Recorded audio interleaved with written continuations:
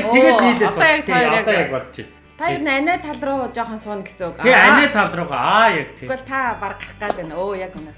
За сайн байцгаана үзэгчдээ. Манай Хосын жор нэвтрүүлэг маань эхлэхэд бэлэн болоод байна. За тэгээд бид яг энэ цаг мөчид бас нэгэн гайхалтай хостой уулзахад бэлэн болоод байна. За тэгээд маш олон залуучууд одоо энэхүү хосыг болоо санал болгосон. Заавал оруулж өгөөч хэмээн тий. Тэгээ бид нар бас нэлээд санал тавьсны үндсэндээ өнөөдөр нэг сайхан хувьслын дохироонд бүрдээд бид нар нэвтрүүлгээ бичихэд бэлэн болоод байна.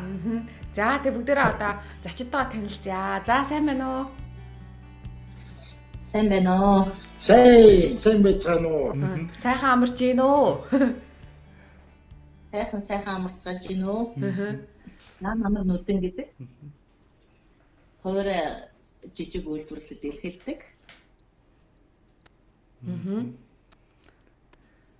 За. Одоо 50 настай. Жинхэнэ нэр нь биш гэхдээ тийм биз дээ. Жинхэнэ нэр нь юм блэ? Эрдэнэ Туяа. Жинхэнэ нэр маань одоо Эрдэнэ Туяа. За. Гэхдээ нүдэн гэдэг нэр болоод бүр за ер нь төрснөөс эхлээд давхар явсан нэр дээ. За. Тэгээ нүдэнгээр л байнг дуудагддаг. Жинхэнэ нэрийг бодоод яг албан ёсны юм дээр хэлдэг. За. Тий. Энэ үнэндээ нэг сонирхолтой нэг түүх болсон. Би эхнээс юу хаттайгаа гэрэлчээд тэгээд жинхэнэ нэрийг мэдэхгүй ажил дээр нь очиод дуудах гэсэн чинь нүдэн гэдэг байдаг. Ажлынх нь бодгоор нүдэн гэж мэдэхгүй. Тэгээд жинхэнэ нэрээр орно шүү дээ ажилдаа тий. Тэгээд ихнэрийнхээ нэрийг мэддэг юм уу гэдэг нэг эвгүй байдалд орж исэн бас түүх байна. Надад бас сууцныхаа дараа чамайг чинь Эрдэнэ хин гэдэг билээ гэж надаас асууж ирсэн байхгүй. Суусныхаа дараа юу? Баг мэдхгүй. Бид чинь 83 онд танилцсан тийм ээ? Тийм 83 онд танилцчихсан. Жохон хүүхдтэйсэн бид хоёр. Хүүхдэрээ танилцчихсан. Хашаах юугаа уцаа жоохон хойшлуулчих. Таны толгой ингээд тал гараад байгаа юм байна. Яг. За яг үнэ. Одоо болцсон. За хашаах маань өөрийгөө танилцуулъя. За намайг хаш гэдэг, алмаа хаш гэдэг миний фэйсбүүкээр ер нь мэдэх бах. Тэгээ би MJ радиогийн харилцаггүй шүү дээ. MJ радиогийн хөтлөгч хийдэг. Тэгээ одоо 51 настай. Таныг бол онлайн ертөнцид тэр дундаа фэйсбүүкт бол маш идэвхтэй байдаг гэд одоо бүгд мэдж байгаа. Тэгэхээр бас яагаад таны сонирхлыг ингэж их фэйсбүүк татаад байна? Яагаад ингэж юм идэвхтэй байгаад байна вэ? Түүх байна. Зүгээр өөрөө илэрхийлье гэж ямар төсч явдаг байсан. Ямар нэгэн байдлаар илэрхийлье гэдэг. Тэгээд надад нэг төгссөн сургууль соёл байдгүй болохоор тийм боломж аягүй муу байдаг байсан. Тэгээд фэйсбүүк гэдэг юм чинь гарч ирээд өөрийнхөө мэдсэн сонирхдаг юм хуваалцах аягүй том боломжийг нээсэн л дээ. Надад тэгээд би тэргээр дамжуулаад фэйсбүүкээр дамжуулаад өөрийнхөө сонирхдаг мэддэг зүйлүүдээ ингээд хуваалцаж ирсэн. Тэгээд ихсэн чинь хүмүүс тэр маань харин нэлээд хурцсан юм шиг байлээ. Та хоёрыг эхлээд анх яаж танилцсан юм бол хэдэн настай байсан юм бол та хоёрсаа хэлсэрч аяг залуу байсан ингээд тэгэхээр яэс нь эхлээд яриагаа эхлэе. Анх хизээ танилцсан юм бол. За бид хоёр 83 онд анх танилцчихсан. Тэгэхэд би 13 настай хаш маань болохоор 15 л хүрэх гэжсэн байна. Тий. Их жоохнороо танилцсан. Тэгтээ хаш болохоор зэрэг нөгөө орос сургууль явдаг, орос сургуулийн хүүхэд байлаа. Би болохоор зэрэг зүгээр хайдастад гэр хороодын сургуульд явдаг байсан. Тэр хайдастын сургууль. Тэгээ яаж танилцсан бэ гэхээр яг манай найз, манай ангийн найз охин маань хашаа хамаатан байсан байхгүй юу? Тэгээд хаш тэр гэр хороодод хамаатныхаа охиныг очдог байж байгаа. Тэгээд надыг олж харсан байгаа үстэй. Тэгээд би ч 7 дугаар ангид байлаа, жоохон байсан. Тэгээд хоёулаа танилцчихсан да тэр үед.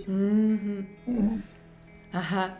Би би анхаарал та. Тэр үед би нэг Унгарийн зохиолчийн Звёзды Игера гэдэг нэг тийм Игерийн од гэдэг нэг тийм Туркийн эсрэг Венгри ард түмнээ байлдж байгаа, Унгарын ард түмнээ байлдж байгаа тийм тухайн ном уншижсэн байхгүй юу? Уран зохиол юм. Тэгээд тэндээ тэр номон дээр Туркийн нэг гүнжийн тухай ингээд гардаг байхгүй зурагтайгаа. Тэр гүнжийн нэг юм том хар алаг нүдтэй, буржгар үстэй ингээд айгүй гоё дүржсэн байдаг байхгүй. Тэгээд би анх тэр хүүхэн энэ байна гэдээ би энэ үстэн ингээд шууд бодсон. Тэгээд гадаад би Туркийн гүнж гэж би бодож явдсан шүү дээ. Тэгээ анх тэнд танилцаа. За тэгээд тэнцэнээс хойш шууд үерхэд эхэлсэн үү эсвэл? Үгүй. Тэгэхэд яг хашчуудад яг 15 та надаас арай жоохон ах байлаа шүү дээ. Тэгээд 15 та хүүхд 13 та охиныг үерхийгээд буухаар нөгөөх нь яах вэ? Тэгээд Орос сургууль, Монгол сургууль хоёрын хүүхдүүдийн хоорондох ялгаа их байлаа шүү дээ тэр үед чинь.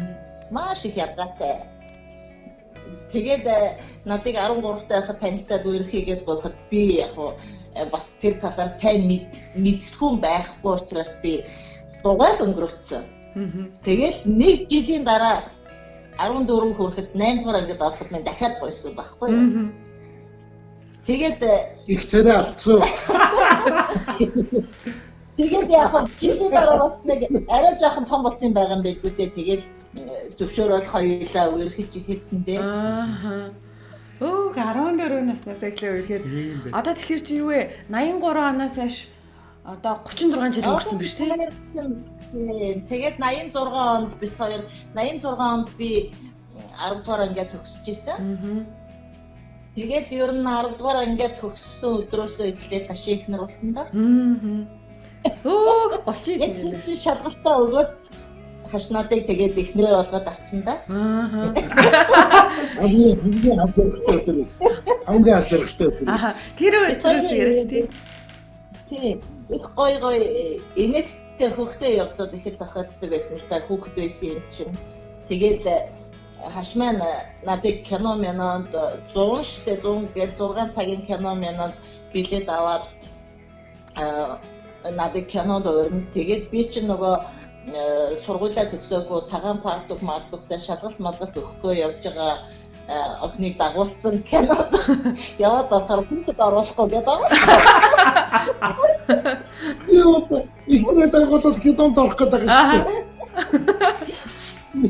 Тэсч ихний маань хөөхтэй нэгэ бас нэрэг хөөхтэй нэгэд оруулахгүй кино. Яг би ч юм яг арай нөгөө сургуулаа төгсөөгүй байхдаа бид хоёр ч тэгээд үерхээр явж исэн болохоор тэгээд төгссөн өдрөө би чинь сүүлчийн шалгалтаа өгөөл хорны хувцастайгаа цагаан парктайгаа тэгээд хаш сургууль дээр очиж надыг аваад ихнэрээ удагчсэн да. Гэрээс оргоод ирсэн дээ. Надыг ер нь оргуулад богтлоод авчихсан та. Зүгээр оргоод шүү дээ. Богтлох юм шүү дээ. Юу яа нач. Тэр авчин шиг юм болоо. Одоо ингээ манай хосын жорт чи баг 30 гаруй хос орсон баг шүү. Тэрний одоо хамгийн олон жил хамтдаа амьдэрсэн хосоор бол тоор одоо шууд шалгарч одоо 30 гаруй жил хамт амьдэрсэн. Тий. Хамгийн бол. Тий хамгийн бол. Одоо бид хоёр чинь 86 оноос хойш тэгээд 33 дахь жилдээ амьдарч байна да. Тэгээд бид хоёр хурмаа хийгээгүй гэрэлтсэн. Ааха. Тэр бодлоо. Тэгээд ер нь бол хурмаа хийх боломжтой ч байна. босоод бараг суудсан болохоор зөө. Тий. Тийм болохоор бид хоёр мөрөдл одоо хурмаа хий. Манай хүний ганц мөрөдл болохоор хурмын плач, цагаан плач юмсыг тийм ээ даашин зөвсөл гэж аюу хүсэж явдаг юм да.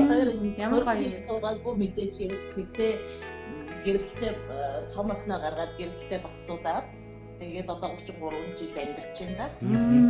Манай том охин бол одоо 87 онд төрж ирсэн. Бага охин маань 89 онд төрсөн. Хоёр охинтой. Хоёр зээтэй. Оо ямар гоё юм бэ. Бид хоёр өөрсдөө одоо хөгжүүлсэн гэж боддоггүй шүү дээ. Тэгээ одоо бол октод тусдаа гарсан. Тэгээд хоёулаа тэгээд гадуур зугаалаад ингээл аль болох зугаатай өнгөрүүлэхийг боддог доо хамтдаа. Тэр үед үерхдэг байсан одоо таны үеийнхэн ч гэдэг юм уу ер нь үерхлийг одоо яаж цаг хугацааг яаж хамтдаа өнгөрүүлдэг байсан бэ? За кино үздэг байсан юм бэ те? Одооныхоос бол нэлээ өөр л байгаа л да. Юу хийдэг байсан бэ хамт? Одоо тэр яг яадаг болтой бид хоёр бас сайн. Би тэгээд кино үзэл паркаар зугаалаад тэгээд нэлдэг гэдэг шүү дээ.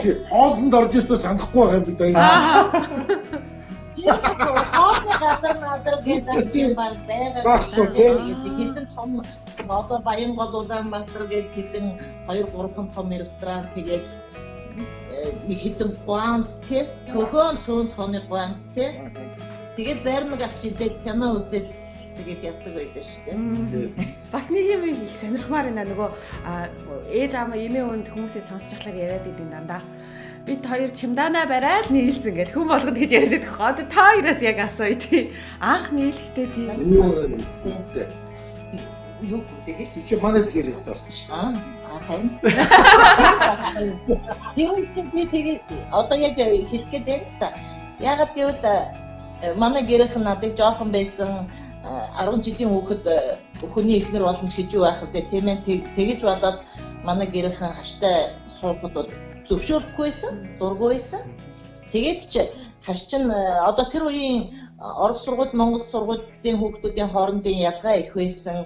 Тэгээ за наад нөхөр чинь бол за мэдэхгүй шүү бүтэхгүй наад 40 мянгатын тий Орос сургуулийн хүүхэд 40 мянгатын хүүхэд тэгээд тэр гэр хороолд очиод нэг жоохон охиныг эргүүлээд идэг.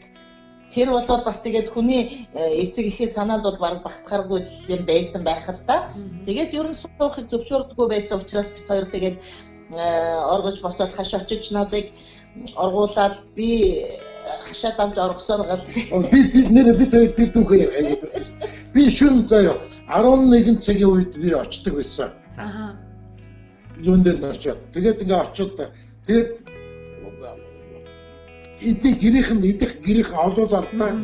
Тэгээд ингээ бүгдээр ингээ хомдохоор манай хүн гарч ирээд тэгээд хашаагаа давж гарч ирээд тэгээд бид хоёр 11 өнгөрөөгөөд манайх руу алхдаг. Тэр үед чинь такси тийм байхгүй шүү дээ. 50 буудлаас 40 мянга хүртэл Орос сэлчийн хүртэл алхаж ирчээд тэгээд манайд чи алхаж ирж байгаа чинь нэг цаг өнгөрөөж орж ирж байгаа. Шөнийн шүү дээ. Тэгээд шөнийн нэг цагт манай гал тогонд сууж жоохон ярьж сууж жагаад өглөө 4 болгонгууд буцаж би хүргэж өгөх гээд алхаж очиод нэг ширхээс өмнө ороод ирчээ.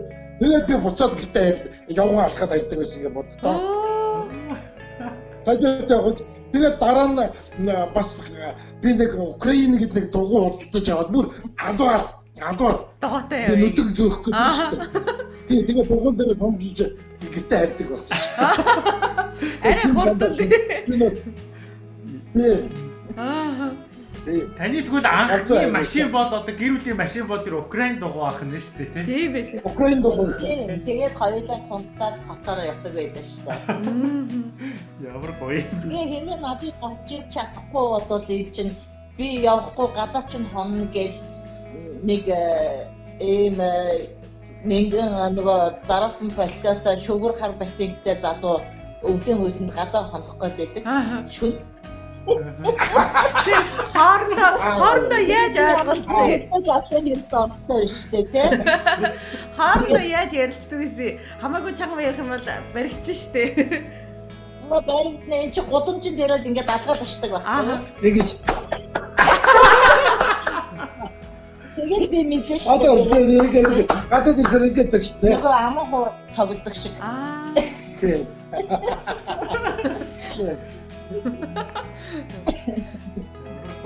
Тэгээ гар утас байсангүй, мессеж байсангүй, юу ч байсангүй. Тэгээд табуутлын нэг таксфон байдаг шүү дээ хүчтэй. Нэг 15-ын мөнгө хийгээд ярьдаг. Тийм нөгөө цахилгаан сүлжээний газар тийм таксфон гэж байдаг 15-ийн мөнгө хийж ярьдаг. Би чинь тэгээд 15-ийн мөнгө баахан цуглуулад хашаах гэртээ уцтай. Гэр уцтай. Тэгээд нөгөө таксфоноос чинь байнгын зүүлдэгтэй тэгээд 15-ийн мөнгнүүдээ хийгээд уцаар яриад хоёроо. Тэгээд хэдэн цаг дуулсан ингээд хоёулаа болцоор би автобус тасдаг. Тэгээд за энэндээс буух болов, энэндээс буух болов, энэндээс буух болов гэх. Тэгээд автобусны бодолтой 40 минутын бодол дээр ардын бодол дээр мөнч хүлээсэндээ их тэр. Ямар гоё юм бэ? бэ? Хөдөөд их жоохон гоё байсан л та. Гэхдээ юу өмнө хэлгээд манай хүн тэгж муухай хүлээлгдэг байсан. Цаг бол ер нь ясал байсан. Ер нь нарийн барьдаг байсан. Тэр үеэс л нарийн барьдаг байсан дээр тий. Тэгээд энэ чинь байнгын надад өдөр болгон нэг жижиг бэлэг өгдөг. За. Тэр үед чинь юу ч байгаагүй шүү дээ. Угаасаа яг үнийг хэлэхэд энэ Монгол чинь гоё юу ч байгаагүй. Тэгээд яг найзууд нь бас ингээд дандаа орос сургууль мөргүүдэн тийм хүүхдүүд байна. Ээж аав нь гадаад мадад их явдаг. Тэгээд ингээд жижиг сонин тий балч юм уу, өсний хавчаар ч юм уу, янз янзын акtivитет календар эднэр тий. Тэгээд өдөрт надад нэг ширхэг юм жижигхэн бэлэг өгдөг. Тэр болгоо тийм юмнууд чинь Монголд ерөөсөө огт байгаагүй болохоор айгуу сонин гоё юмнууд байгаа юм чинь. Бүр тэр өдөр би одоо санддаг штэ. $1 болчиход би duty free ороод одоо манай гэрийн хажуудлын одоо энэ мэрэгчтэй. Биш энэ нэг биш. Энэ Баянголын долларын дэлгүүр гэдэг байсан тэр. Тинчэнээс очиж $1 10 ширхэг маар бороо гэдэг. Зүгээр нөгөө ялгарууд байна шүү дээ одоо энэ 100-ийн. За. Шүүд нэг зураас болчихлоо. Тэр нэг 10-ыг аваад. За. Тэгээ бэлгэж дээ ялгарууд. Одоо тухайд бол тор гэсэн үг үстэй. Байгаагүй учраас их тэгээд би тэр мөр гоё штэ. Тэрэнд нь би ч нөгөө бэлтгэлийн хувц сумраа хийгээд ингээд сургуультаа аваад явна. Тэгээд ангийн хүүхдүүд хөө ямар гоё уут вэ яа өстой гэдэг ингээд. Зүгээр програм бодоход барьж яваад исэн байгаа гоё. Тэр үед ч одоо нөгөө 40,000-ийн джинс өмсдөг байсан гэдгээс одоо хашаах бол жинхэнэ джинсийг бол одоо модоор нүүсдэг байсан. Өмсөсөн. Чиний анхны өмсөсөн джинс чинь ямар джинс вэ? Урангэл. Анхных шиг юм чамаас өмнө өмсдөг байсан шүү дээ. Надад сувтаа өмссөн. Чамтай зүрх явахтай өмсчихсэн. Манай бразил джинс байсан. Мэдгүй. Надад ямар джинс байсан. Энэ чинь дойда цаатаа тэгээд надыг эргүүлэхэд гоё костюм пижак заримдаа өмсөн тэгээд гоё сорочтой гоё джинстэй. Заримдаа би найзуудаас авсан ууч санж өмсөжтэй байж байна. Найзууд өдөр нэг гоё хувцас өмсч над дээр очимоор л байдаг байсан юм байх. Тэгээд нөгөө өөрөөсөө хамаагүй өндөр том биетэй найзынхаа амар томтсон цагаан пүүз мөн үү. Тэр чинь нөгөө Германд амьдардаг байсан найз нь тэгээд амар гоё пүүз мөнтэй тэр нэр нь өмсөөл би энэ чи яасан том цагаан пүүз өмсч өгдөө гэж бодоод байсан.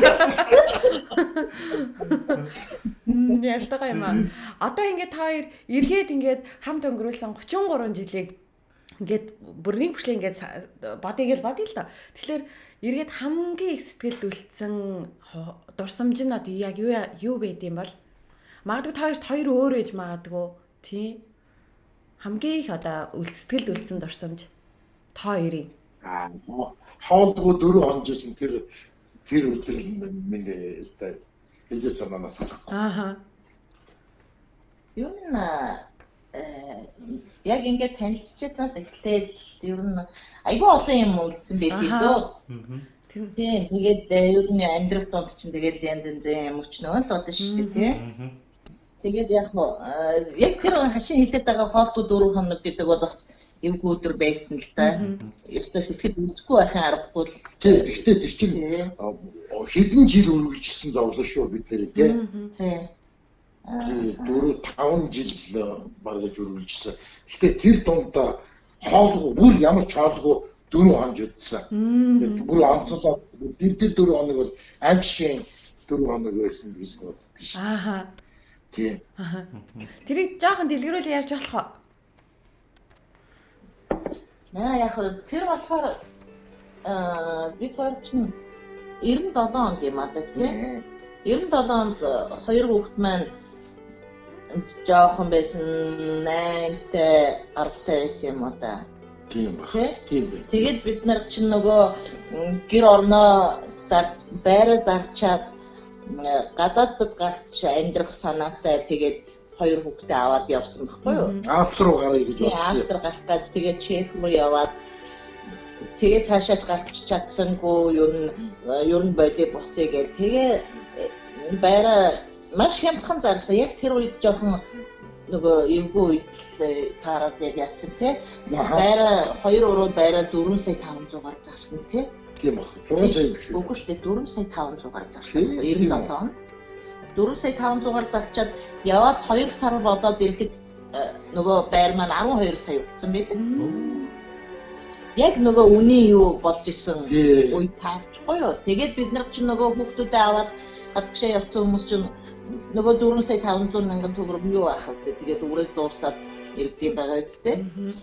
Тэгээд байрч авч чадахгүй, хашаач авах мөнгөгүй. Тэгээд ястаа юуч болсон доо. Харин ястаа жинхэнэ нойл тэр очсон л доо. Тэгээд нойл дээр очиод ястаа юуч болсон. Бид хоёр юугаар юуны тэргээр нүжсэн гэд боддоо. Усны тэргээр нүжилсэн шүү дээ бид хоёр.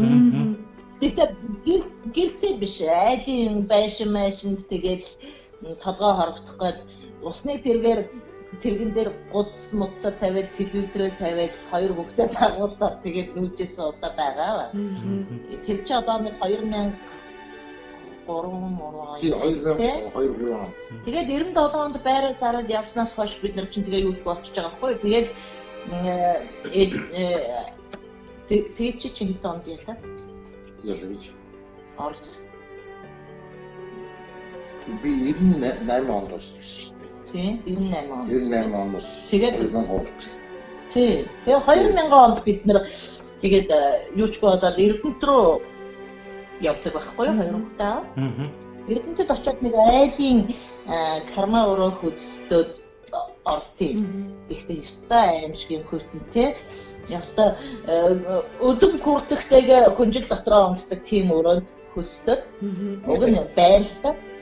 Тэгээд тийм өрөөнд амьдраад тэгээд бид нар ч нөгөө ажил төрөлчгүй, юучгүй тэгэнгүүтээ яг хоотой хандлын тулд бид нар ч нөгөө юу яриатай попкорн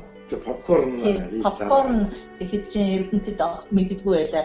Бид нар бас яг өмнө нь нөгөө хоёулаа гадаадынхантай бас их ойр байсан энэ тэрэгэд ажиллаж исэн учраас бас нөгөө попкорн хийхийг мэддэг болсон.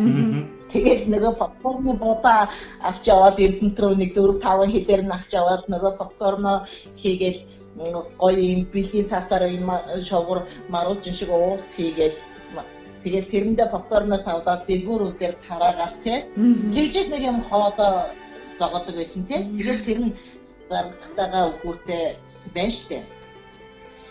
Тэгээд нэг удаа нөгөө юм помч зарагдахгүй. Тэгээд хоол ундгүй болоод 4 өдөр ямар ч хоолгүй тийм.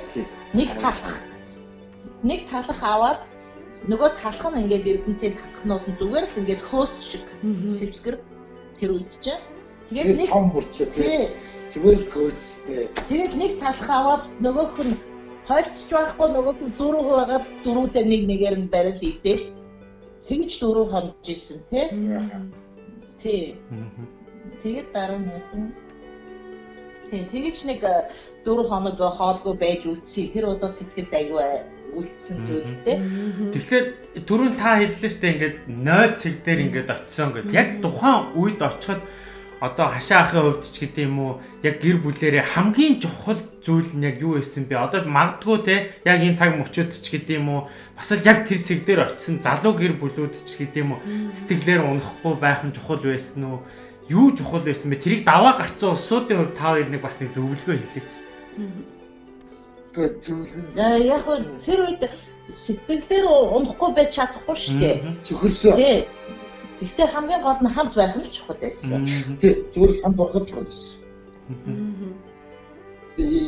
Яаж гэсэн ч гэсэн зүгээр хамтдаа байж ижил давж гарна шүү дээ. Тэр л хамгийн чухал. Тэ нэг номерт тий.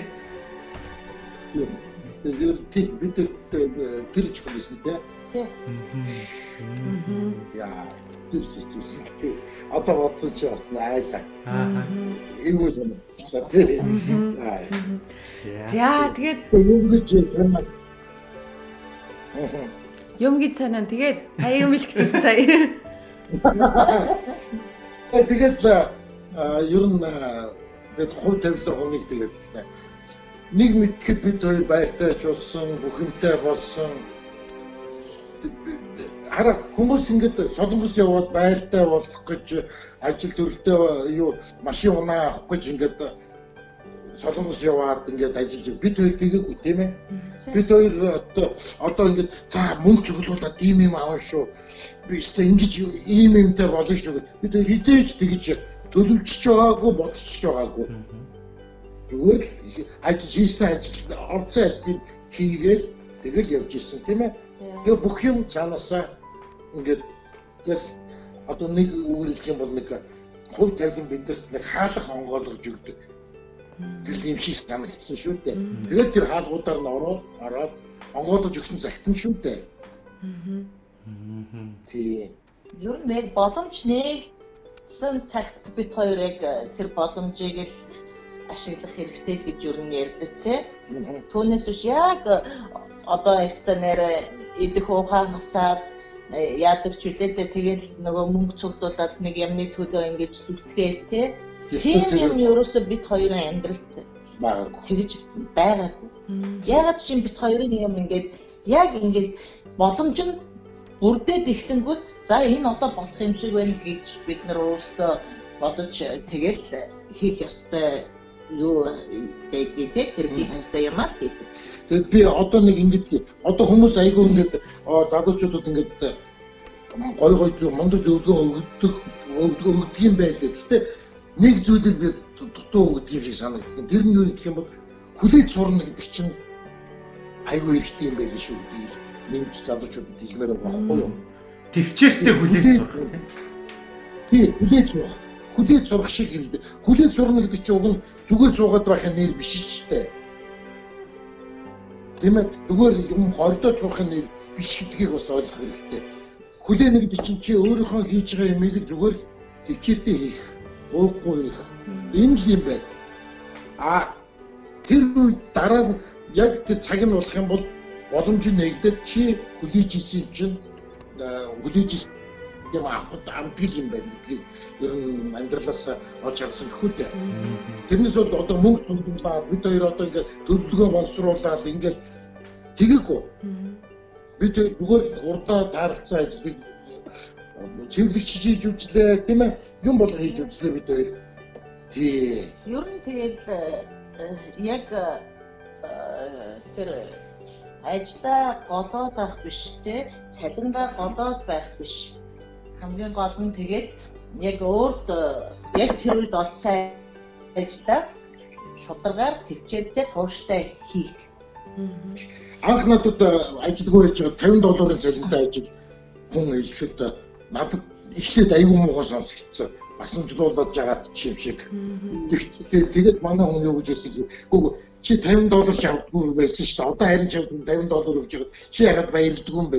Би нэр бодоод гүг би ямар тавруу юм бэ те.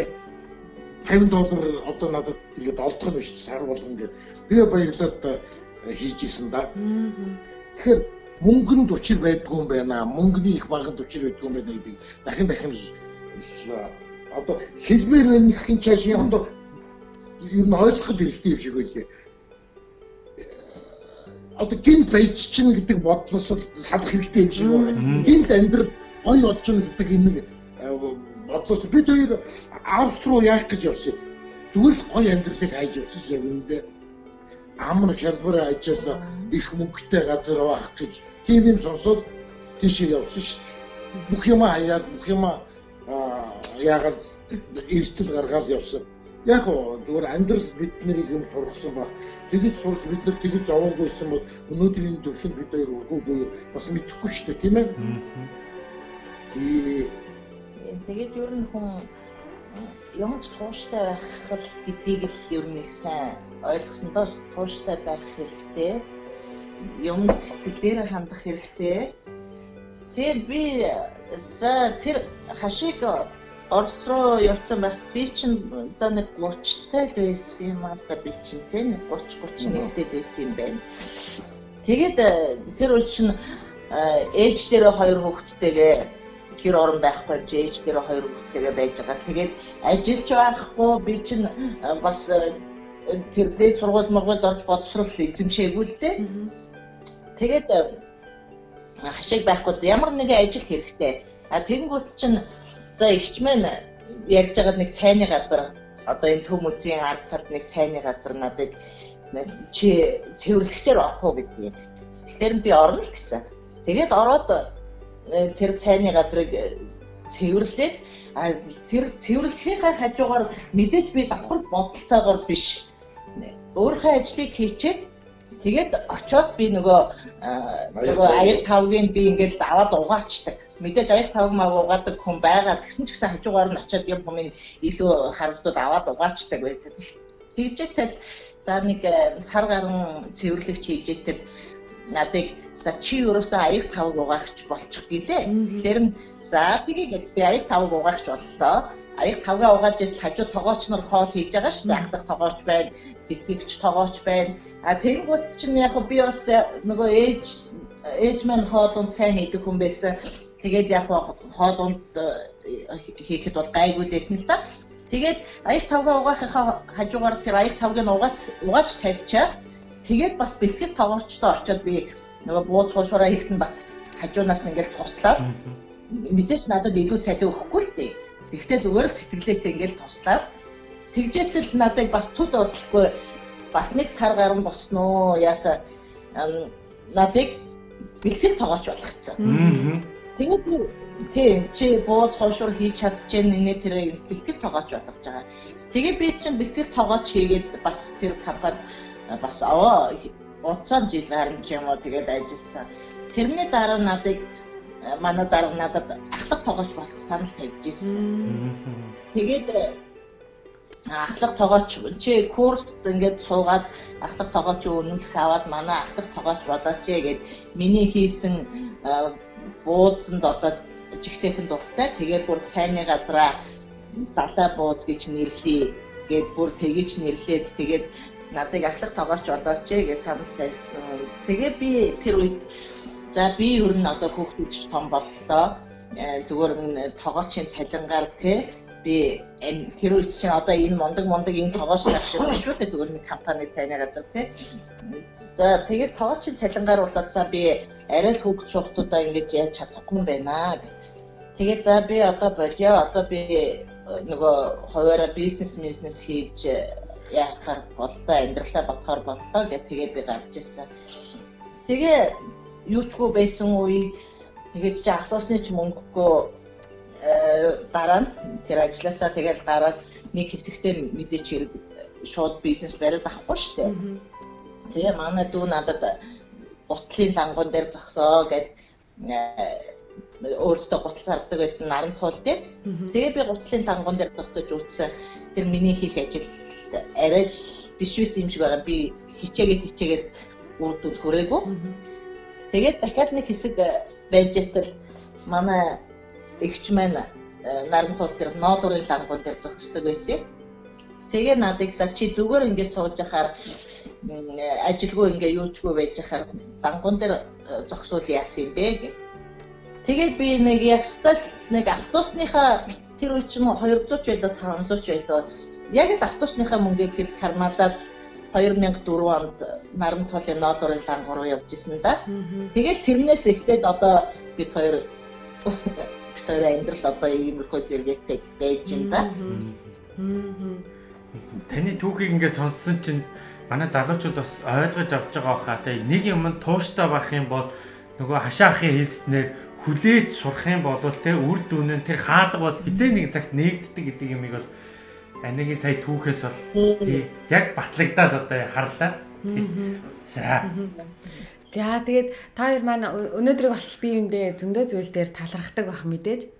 Гэтэ яг бас бие биендээ нөөр руугаа хараад бас албан ёсоор хилээгүй зүйлс бас байж магадгүй. Тэгэхээр өнөөдөр бас манай нэвтрүүлгийн нэг гол ашигтай нэг сайхан зүйл нь та хоёр одоо үзэх хүүхдүүдийнхаа өмнө дээрээс нь бас бие биендээ зориулаад өнөөдөр их хамтаа байсан. Яг юунд хамгийн их бие биендээ талархтыг тий.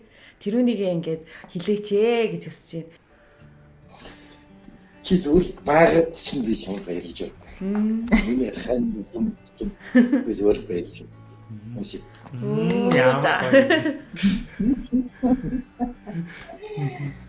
Тэгээд мэдээж хандаа баярлах юм ихэд байлгүй яах вэ те? Баярлдаг юм бол зөндөө байгаа. Тийм. Хийдгүүд хэлж өндрөдгүүд болохоос биш мэдээж хэрэг баярлдаг зүйлүүд зөндөө байгаа шүү дээ. Хэлчүүд мэдээж өнгөрчин. Тэгтээ ухаантай. Зөвөр ухааны нүнэлдэг. Тийм, ямар ч юм манай хүн тэнэг хүн биш ухаантай юм айгуу сайн мэддэг.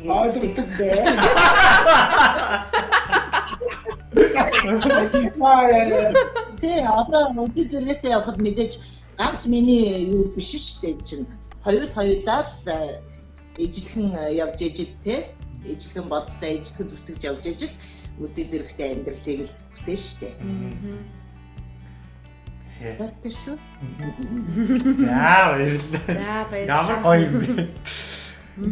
Бас нэг ийм нэг манай хэсэг байдгийн одоо бас нэг амлалт өгдөг хэсэг байгаа. Тий, тэгэхээр заавал тэр бол нэг том амлалт байгаадах шаардлага байхгүй. Өмнө нь бол дандаа залуу гэр бүл залуучуудын амлалтыг сонсч ирсэн л да. Тэгэхээр тойрын амлалт өнөөдөр их сонирхолтой байна. Өнөөдөр яг бие биендээ юу гэж амлах бол гэдгийг нэг сонирхолтой. Тийм, өстө бодож байгаа юм байна. Тийм, өстө хүүхдтэй байна.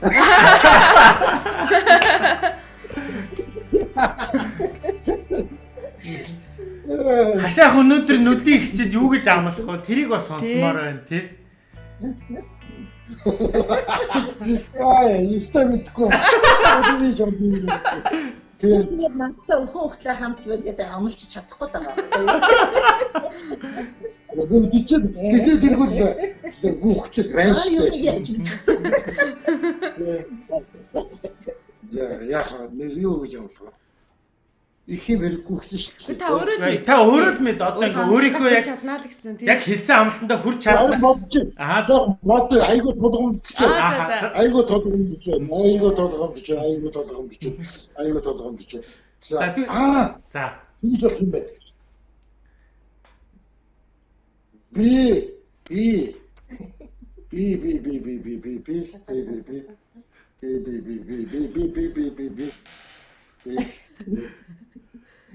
Би яах вэ? Яач.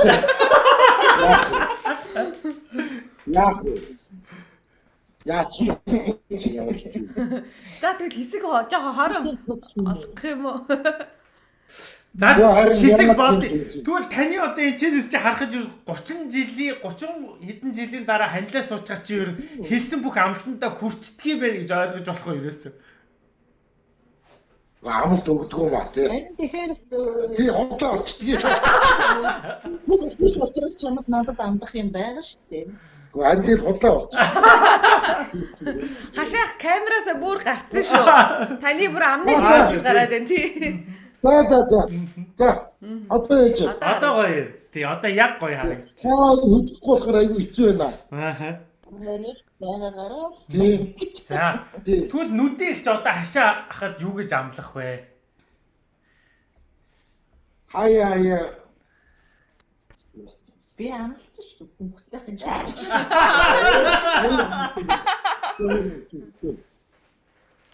Өөр амтдаг. Өөр амт гэдэг. Эсвэл ялын чинь нэвтрүүлнэ гэж амлаачтай. Үгүй. Нийтмэл болохгүй ялнуу тийгээд байд юм аа.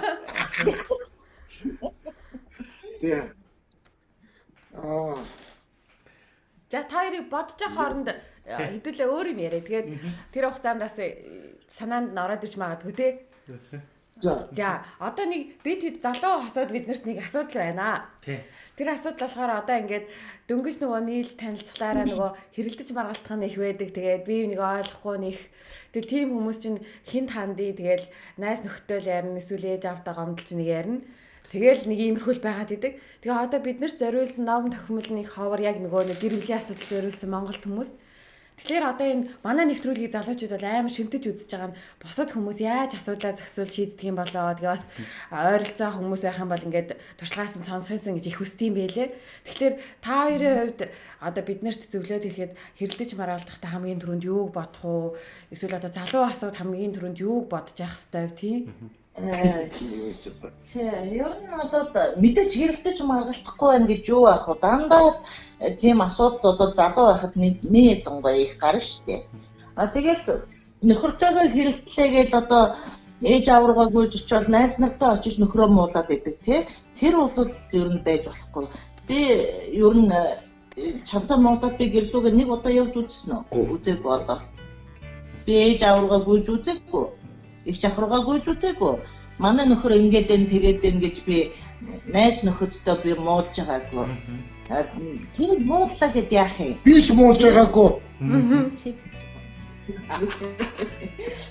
Мууллаа гэд яах юм? Дараа нь тэгээд бид хоёр хамт байж л байхаас хойш тийм ээ. Тэгээд салчихгүй шүү дээ. Нэг муулаад нөхрөө нэг сайн муулж аваад би хашаа садаа явчихгүй шүү дээ. Тэгэхээр чин тэгээд нөхрөө муулжаад тэгээд ингээд нөхөр нь тэгээд ингээд дараа нь тэр хүмүүс тэгээд ярина шүү дээ. Тэгэхээр тэр нөхрөө муулах гэр орон руугаа гүйж явах гэдэг бол үгүй миний хувьд бол байгаагүй. Тэгээд байгаад ч ер нь дэмэл асуудалтай ер нь залуучууд тэгээд тэргүүл тэр хоёр чинь тэгээд эргээд эвдэрнэ шүү дээ.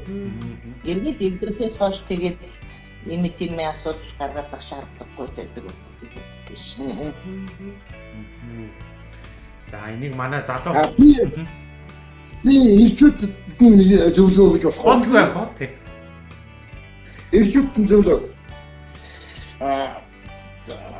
Гэр бүлийн жинхэнэ тэргүүн ямар хүн байдгүй гэх юм бол яг үнэ хэлэх юм бол мөнгө өрж байгаа хүн гэрийн тэргүүн байдаг юм.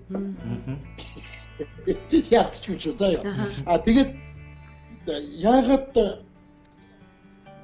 ер нь эхнэрүүд илүү мөнгө хариуцдаг болчоод ингээд нөхрүүд нь ингээд хоёрдугаар ингээд рол тоглоод байдаг юм бэ гэдэг ингэх юм бол зүгээр сүүлд нь ингээд бодож яхад хариуцлагыг үүрдэггүй юм байна бид нар. За.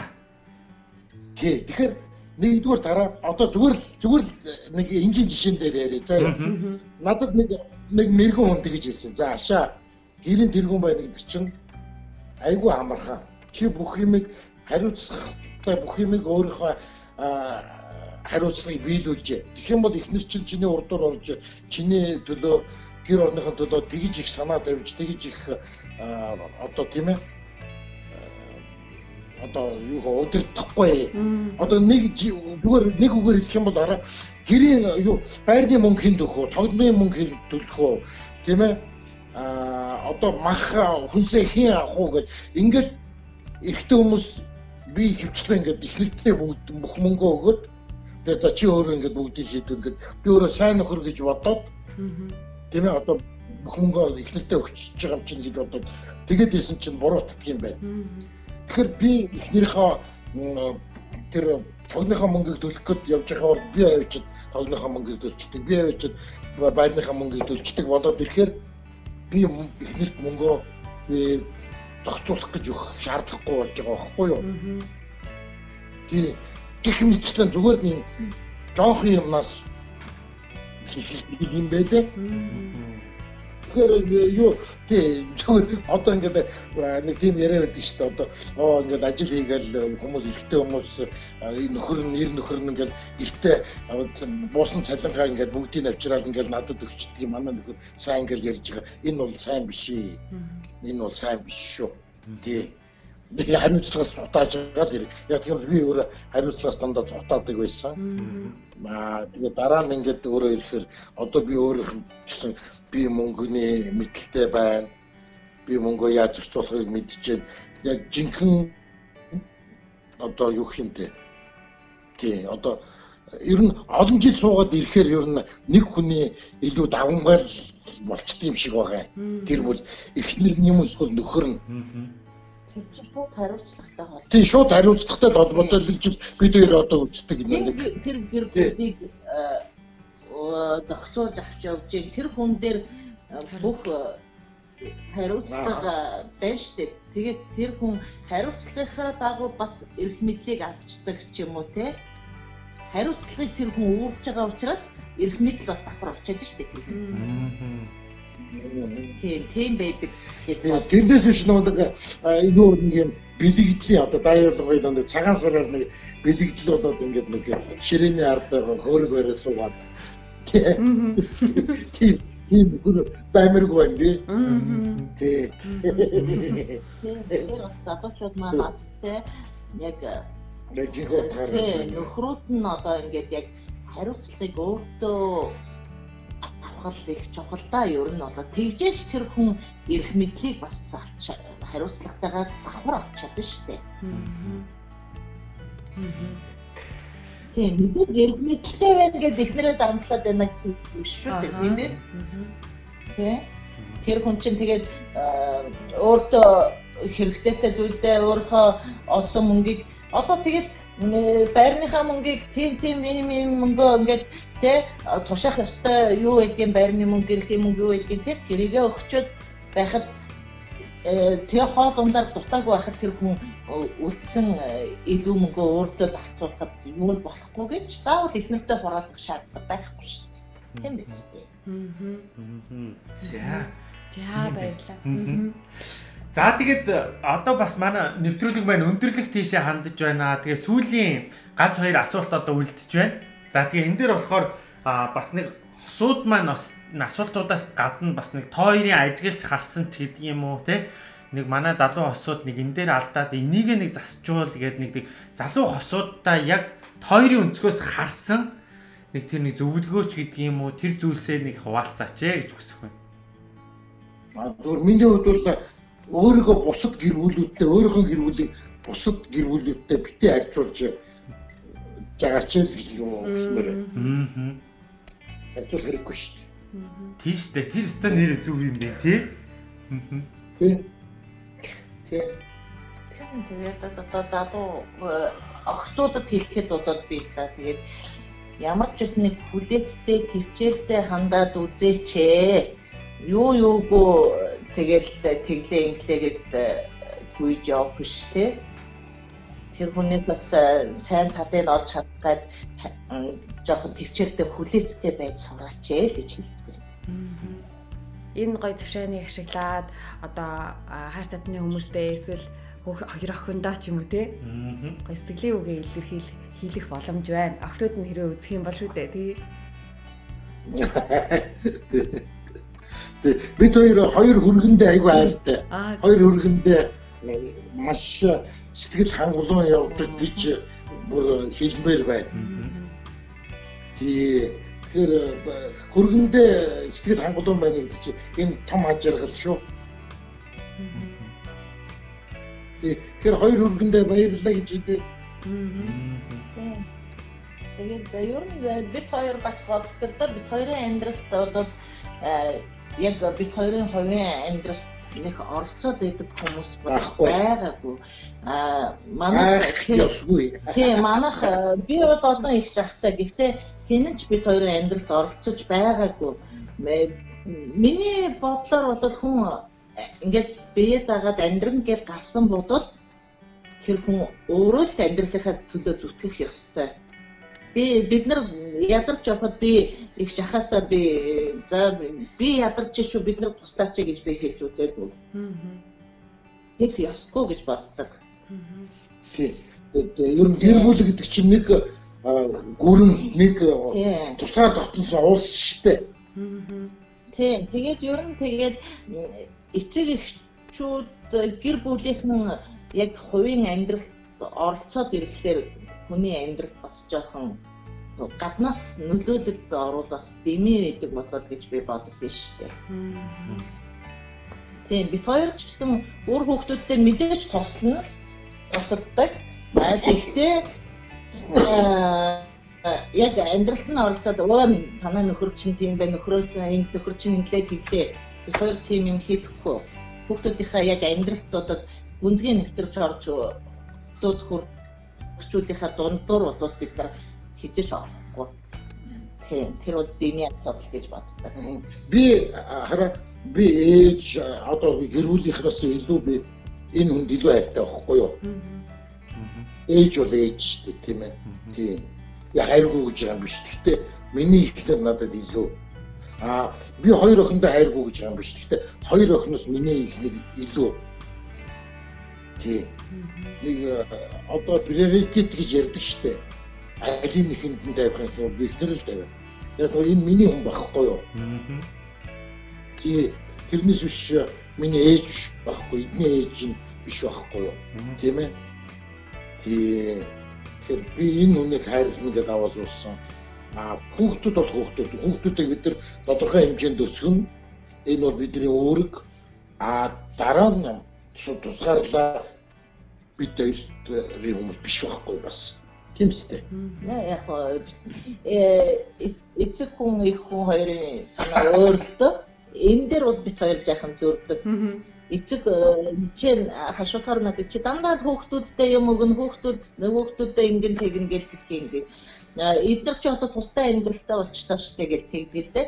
Гэхдээ мэдээж би эхнэр нөхөр хоёрын хүргэн охин хоёрын дундуур орох биш мэдээж тэднэрт би туслахыг бол дандаа хүсдэг. Боломжоор туслана. Тэгэхээр манай хүн болохоор тэд нар ингээд нэгэн тустай гарсан хүмүүс амьдралаа аваад явах ёстой. Чи ингэж өмнөөс нь зүтгээд байх ёсгүй гэж хэлдэг. Гэхдээ эцэг хүн бодоод их хүний сэтгэлийг ойлгохгүй. Ээж юм бол эцэг хүний сэтгэлийг ойлгохгүй. Тийм байдаг юм шиг санагдчих. Одоо хөгшрөөд ирэхээр нэг иймэрхүү юм боддгийм байлээ дээ. Хөгшрөөд ирэхээр яах юм бэ? Яаж хөвчтэй? Яг хөгшрөөд ихтэл 50 нас гацсан ус болчих үү дээ. 50 насны ой ихээр би гайхаад идэв. Юу ой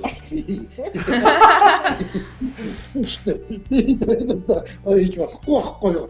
Тий. Гэхдээ бид хоёр яг хүүхдүүд тусдаа гацсан одоо хоёулахнаа байдаг болохоор тэгэл аль болох хоёулаа ингээл гадуур хамт яваад хоолнд ороод ингээд их зугаалах дуртай л да. Ер нь гадагшаа улс орн руу ч юм уу тий бид хоёр бол тэр тал дээр их адилхан. Цог ийш тийшээ зугаалах аялах дуртай. Ресторанд орох дуртай бид хоёр. Тэгээд хагас бүтэн сайнд болж өгвөл хамтд хоёулаа кино үзэл ингээл хичээдэг ч юм уу тэгж өнгөр. Одоо юм хамтд байвал гоё л доо. Гэхдээ яг хаяа заримдаа би гадар найзтай явдаг. Яа гашаагийн гараад юу асч бүр дэлгөө нөгөө тэрмээс арилсан яа гоё юм бэ тоо. Юу гэдэг юу гэдэг байг тэрэл игээ суугаад хэр яасан гоё харагддаг юм. Тэр цагийн юм чинь надад их цагийн юм. За ингэж манай нэвтрүүлэг маань өндөрлөх тийшээ хандж байна. Тэгээ бит хоёрын зүгээс тоёртой ирүүлэх аз жаргалыг хүсье. Хормоо одоо нөгөө төлөвлөжсэн хормоо бошуухан хийгээрээ. Та тэрийгээ л амлаж байгаа байсан шүү дээ. Нэр би хийн. Яг үнэ би амлаа. Тэрний чинь би хийж өгнө. За тэгээд ч чамтай хөрмөлгээд амлчих. Нүдийн хичэд ихтэй 30 бид хоёр одоо 50 жил хамт амьдраад алтан хором гэдэг шүү дээ. Тэ? 50 жил хамт амьдраад алтан хормоо хийдэл хүлээх үү тэсгүй наан нь хийх үү гэдэг асуудал байгаа. Яг хөө хэдэн жил болоод хөрөнд хийж болдгол байх л та тий. Тэгээд би ямарсан да за би 50 жил чамтай амьдсны дараа би ямар байх вэ цагаан падаж өмсгөл ямар байх вэ одоо өмсгөл ямар байх вэ гэдгийг бас бодож байна л та. За тэгэл тун ойрхоо хийх баха. Тэгээд битээр бас тэрэн дээр нь тусалнаа юу. За За тэгээд нэвтрүүлэг маань энд хүрээд өндөрлөж байна. Тэгээд дараагийн дугаар хүртэл баяртай үзэгчтэй. За баярлалаа. Баярлалаа.